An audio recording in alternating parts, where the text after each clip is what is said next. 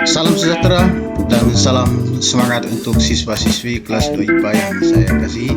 Selamat datang di pembelajaran kali ini. Semoga adik bisa melihat video ini penuh dengan semangat. Karena itu, mari kita lihat pembelajaran yang ada di dalamnya. Adik, pembelajaran kali ini sangat seru. Karena itu, mari saya mengajak adik-adik untuk mari kita melihat sama-sama, telusuri sama-sama, simak baik-baik sehingga adik-adik semua bisa paham dan bisa mengerti apa isi video yang ada di dalam. Ayo, mari kita telusuri lebih lanjut. Ini adalah tema umum pembelajaran kita kali ini, yaitu transport pada membran.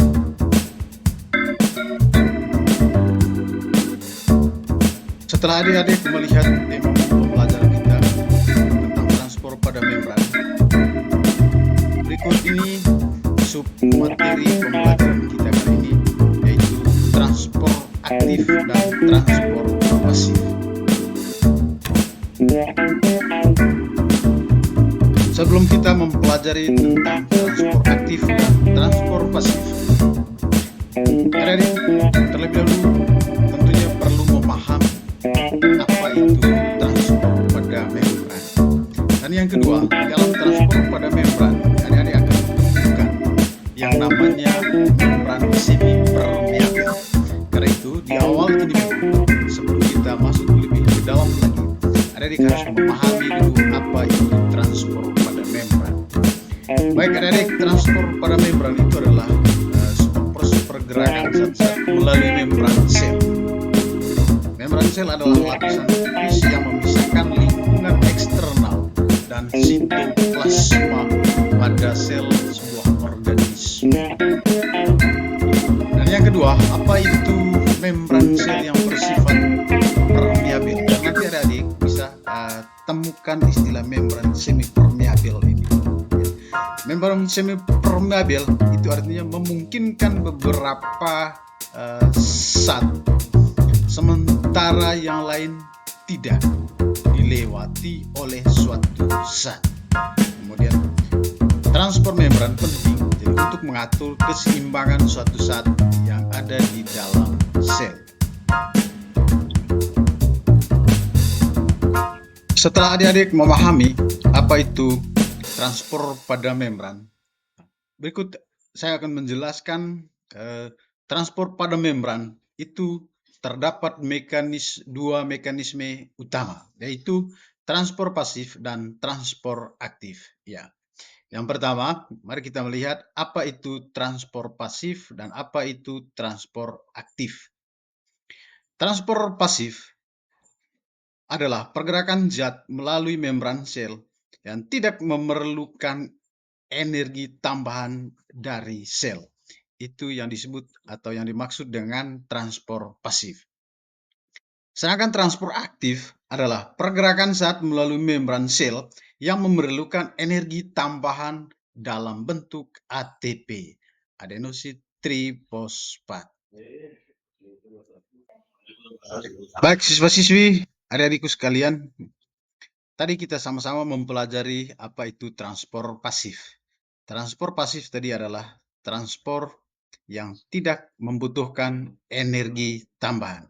Baik, adik-adik, di dalam transport pasif itu terdapat dua buah proses, yaitu ada proses difusi dan nanti ada proses osmosis. Ya.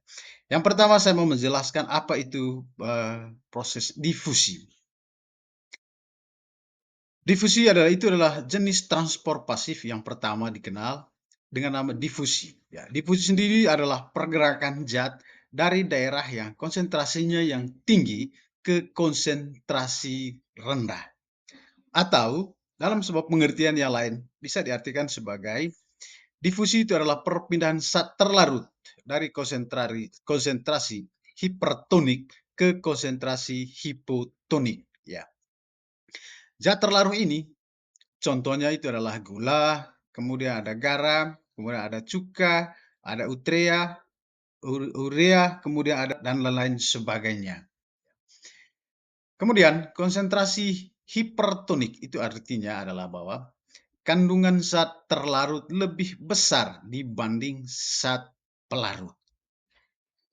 Lalu, lawannya adalah konsentrasi hipotonik. Berarti kebalikannya, yaitu kandungan zat pelarut, seperti contohnya itu air, kemudian alkohol, cuka, dan lain sebagainya, itu lebih besar dibanding dengan zat terlarut. Ya, adik-adik, kira-kira itulah secara singkat penjelasan apa itu sebenarnya difusi. Di sini adalah konteks intinya adalah perpindahan suatu zat dari konsentrasi yang tinggi menuju ke konsentrasi yang rendah. Ya, untuk memperjelaskan ini nanti adik-adik bisa melihat contoh-contoh dari difusi dan juga nanti contoh-contoh dari osmosis. Yang pertama tadi adalah proses difusi. Nah, sekarang yang kedua kita akan mempelajari tentang osmosis. Ya. Osmosis itu sendiri adalah perpindahan zat pelarut dari konsentrasi hipertonik ke konsentrasi hipotonik melalui membran semipermeabel. Ya. Adik-adik, di awal tadi kita sudah jelaskan apa itu membran semipermeabel. Ya, membran semipermeabel itu sendiri adalah penghalang yang hanya akan memungkinkan beberapa molekul melewatinya sambil menghalangi lewatnya molekul yang lain. Ya, jadi kira-kira itu adalah proses atau apa itu sebenarnya osmosis. Dia tidak begitu terlalu perbedaan yang sangat jauh dengan sebuah proses difusi. Nanti untuk memperjelaskan ini nanti kita akan melihat dia punya contoh-contoh perbedaan dari osmosis dan difusi. Setelah adik-adik memahami apa itu peristiwa difusi dan peristiwa osmosis, berikut saya akan menjelaskan contoh-contoh dari peristiwa difusi dalam kehidupan sehari-hari. Yang pertama, itu bau parfum atau dupa yang menyebar di udara. Kemudian yang kedua, saat mencelupkan kantong teh ke dalam air panas, sari teh akan menyebar di dalam air. Kemudian yang ketiga, partikel debu kecil atau asap yang siap menyebar ke udara dan menyebabkan polusi udara. Kemudian contoh yang berikut, bernapas dan mengambil oksigen ke dalam tubuh. Kemudian oksigen itu berdifusi di dalam darah. Kemudian yang berikut itu pembuangan zat limbah dan racun dari dalam tubuh kita. Ya, kira-kira itulah beberapa contoh difusi dalam kehidupan sehari-hari yang sering adik-adik temukan.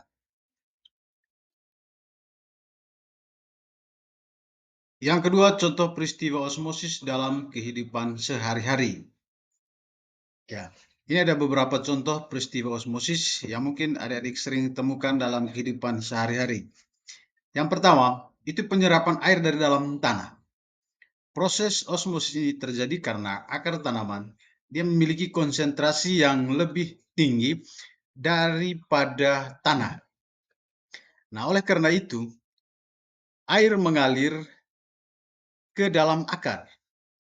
Kemudian yang kedua, jika ikan air tawar atau ikan dari air asin ditempatkan di air dengan konsentrasi garam yang berbeda, jadi ikan akan mati karena masuk atau keluarnya air dalam sel-sel ikan. Kemudian contoh yang ketiga, bisa pengawetan makanan menggunakan gula, kemudian garam atau cuka. Itu juga merupakan sebuah contoh osmosis pada kehidupan sehari-hari. Kemudian yang berikut, itu sel bakteri yang membuat busuk makanan. Itu akan kehilangan kadar air karena bertemu dengan konsentrasi zat terlarut yang tinggi sehingga sel bakteri perkembangannya menjadi terhambat. Kemudian yang berikut, itu manusia yang menderita kolera juga dipengaruhi oleh proses osmosis dan bakteri yang memenuhi usus. Dan kemudian bakteri itu akan mengembalikan aliran penyerapan dan tidak membiarkan air diserap oleh usus. Itu yang menyebabkan dehidrasi pada sebagian manusia. Baik, adik-adik, tadi kita sama-sama mempelajari tentang transport pasif pada membran. Ya, ada dua hal yang perlu kita bahas tadi, yaitu difusi dan osmosis, beserta dengan contoh-contoh dari proses difusi dan proses osmosis. Dan hal yang kedua, kita akan mempelajari tentang transport aktif pada membran. Ya. Yang pertama, apa itu transport aktif? Ya. Transport aktif adalah itu pergerakan zat melalui membran sel yang memerlukan energi tambahan dalam bentuk ATP. Proses ini berlawanan arah dengan gradien konsentrasi. Nah, ini berfungsi untuk mengangkut zat dan kemudian melawan gradien konsentrasi tinggi ke konsentrasi yang rendah. Ada beberapa contoh transport aktif yang perlu kita pelajari. Yang pertama, mekanisme konsentrasi dan relaksasi sel otot itu pada manusia. Kemudian, contoh transport aktif yang kedua, itu terbuangnya kotoran dari dalam tubuh. Ya, itu seperti feces dan kemudian urit dan juga zat-zat beracun lainnya yang dari dalam tubuh. Kemudian yang berikut, itu masuknya air dan garam mineral dari tanah ke dalam akar tanaman. Ya. Kemudian yang berikut, contoh yang berikut, itu penyerapan glukosa di dalam usus manusia. Ya. Itu adalah beberapa contoh dari transport aktif. Demikianlah materi singkat tentang transport pada membran kali ini. Adik-adik, semoga materi ini bisa bermanfaat untuk adik-adik semua dan juga bisa mempelajarinya lebih dalam lagi. Sebagai kesimpulan bahwa ada beberapa pokok materi yang sempat kita bahas secara bersama. Yang pertama tadi transport aktif dan yang kedua transport pasif. Bagian dari transport pasif tadi ada difusi dan kemudian ada osmosis beserta perbedaan-perbedaannya dan juga contoh-contoh dari proses difusi dan contoh dari proses osmosis. Kemudian yang kedua tadi transport pasif. Ya, transport pasif juga ada beberapa contoh yang sempat dijelaskan dan nanti adik-adik sendiri bisa perdalami. Dan akhirnya terima kasih atas perhatian dari adik-adik semua kelas IPA. Semoga video kali ini bisa bermanfaat dan juga semoga adik-adik bisa termotivasi mempelajari materi tentang transport pada membran dan juga bisa mengurangi rasa kejenuhan adik-adik dalam proses pembelajaran yang ada di dalam kelas. Terima kasih, salam sejahtera dan salam semangat untuk adik-adik semua.